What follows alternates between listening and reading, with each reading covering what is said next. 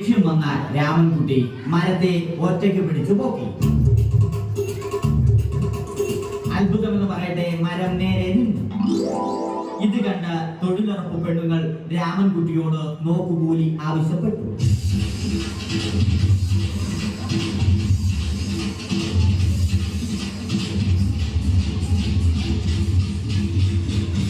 പോക്കറ്റില്ലാത്ത ബനിയൻ ധരിച്ച രാമൻകുട്ടിയുടെ പോക്കറ്റ് വരെ കീറിയിട്ടാണ് പെണ്ണുങ്ങൾ പോയത്.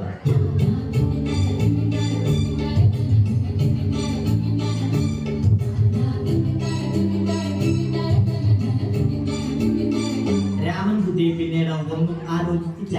മരത്തിന് ഫാക്ടംബോസ് 2020 സെപ്റ്റംബർ 14 നൽകി. മരം തഴച്ചു വളർന്നു. ഇത് കണ്ട് രാമൻകുട്ടിക്ക് സന്തോഷം വന്നു. സന്തോഷം വന്നാലും ദുഃഖം വന്നാലും രാമൻകുട്ടിക്ക് മരത്തിനു ചുറ്റും ഡാൻസ് കളിക്കുക എന്നുള്ളത് രാമൻകുട്ടിയുടെ മാസ്റ്റർ പീസ് ആയിരുന്നു. ആ മാസ്റ്റർ പീസ് രാമൻകുട്ടി ഇവിടെയും എടുത്തു.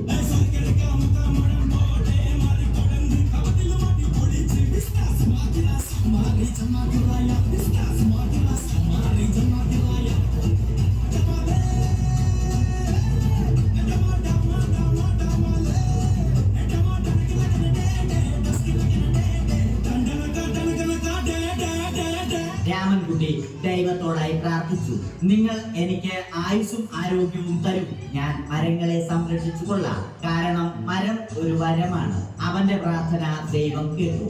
ആ മാവിൽ നിന്നും വീണ തേങ്ങ രാമൻകുട്ടി മോങ്ങാതെ ഇരുന്നു തിന്നു. അപ്പോഴാണ് രാമൻകുട്ടി മറ്റൊരു കാഴ്ച കണ്ടത്. രാഘവൻ വരുന്നു.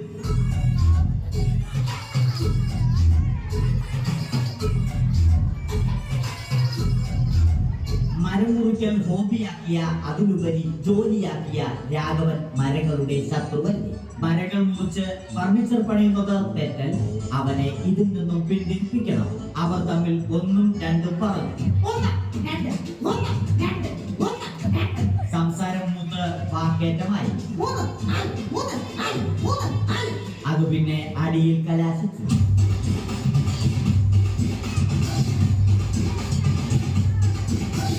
നല്ല മനസ്സിന് ഉടമയായ രാമൻകുട്ടി കംപ്ലീറ്റ് അടിയും വാരിക്കൂട്ടി.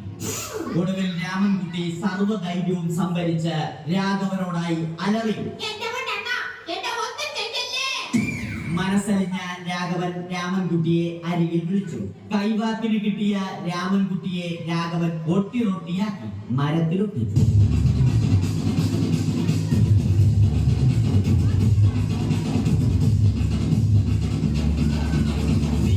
ഇന്നത്തെ പണി കഴിഞ്ഞ രാഘവൻ സംതൃപ്തിയോടെ വീട്ടിലേക്ക് മടങ്ങി.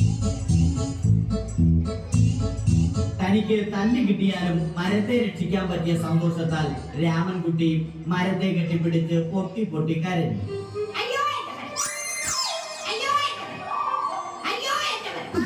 കാരണം മരം ഒരു വരമാണ്. കെട്ടിപ്പിടിക്കൽ ഏറ്റുവാങ്ങിയ മരം നാണം കൊണ്ട് ചില്ലകൾ താഴ്ത്തി. മരത്തെ രക്ഷിച്ച ക്ഷീണത്തിൽ രാമൻകുട്ടി മരച്ചുവട്ടിലിരുന്ന് ഉറങ്ങിപ്പോയി. പെട്ടെന്നാണ് അത് സംഭവിച്ചത്. പ്രകൃതി അതിന്റെ തനിക്കോണം കാണിച്ചു തുടങ്ങി. മഴയും കാറ്റും ഇടിയും വന്നു. അതോടൊപ്പം കോളും വന്നു. കോളെടുത്ത് രാമൻകുട്ടി പറഞ്ഞു. കോൾ കട്ടായി. രാമൻകുട്ടി ദൈവത്തോടായി പറഞ്ഞു. കാറ്റും മഴയും അതൊന്നും ചെവിക്കൊണ്ടില്ല. രാമൻകുട്ടിയുടെ മരം ആടി ഉലഞ്ഞു.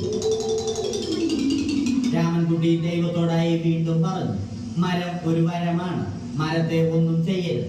വരം കിട്ടിയതുപോലെ രാമൻകുട്ടി തന്റെ ചൂണ്ടുവിരൽ കൊണ്ട് മരത്തെ താങ്ങി നിർത്തി. ചൂണ്ടുവിരൽ വളഞ്ഞ് ചൂണ്ട പോലെയായി. ഇനി മീൻ പിടിക്കാൻ കൊള്ളാം.